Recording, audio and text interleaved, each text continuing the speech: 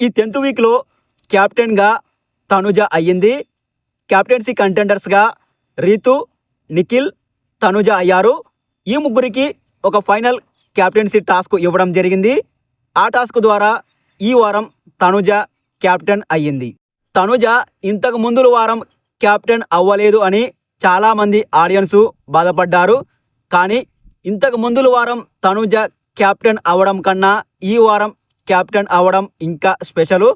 ఎందుకంటే ఈ వారం తనుజ కెప్టెన్ అయ్యింది అంటే నెక్స్ట్ వీక్ తను కెప్టెన్గా బిగ్ బాస్ హౌస్ను రూల్ చేస్తుంది.